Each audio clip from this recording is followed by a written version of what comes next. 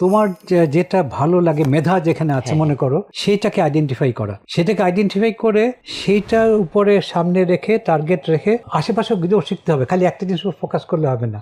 যেমন আমি কিন্তু ফিজিক্স করতে আশেপাশে পলিটিক্স সব নিয়ে আসছি, আশেপাশে সব জানতে হবে। এই জন্য আমার ওইটা হেল্প করেছে। আমি স্কুলে আমি বলেছি, আমি গান গেয়েছি, আমি আবৃত্তি করেছি, আমি ডিবেট করেছি, আমি সব কিছুই করেছি। তারপর এই জিনিসটা যতটুকু পারো, আমি বলবো যতটুকু পারো বিভিন্ন জিনিসে, এবং খালি পরীক্ষায় ভালো রেজাল্ট করতে হবে এটার জন্য চেষ্টা করবে না। এবং প্যারেন্টেরও একটা দায়িত্ব যে তার মেধা কোনটা জায়গায় কাজ করে এবং সেটা যেন সমাজের ভালোর জন্য হয়।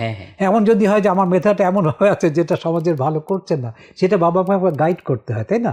যে এটা না, এইদিকে যেও না, তুমি এইটা করো। সেই গাইডেন্সটা বাবা মার তরফ থেকে লাগবে। অতএব এখানে বাবা মা এবং বাচ্চা দুইজনেরই একটা কম্বাইন্ড একটা এফার্ট লাগবে, আর শিক্ষক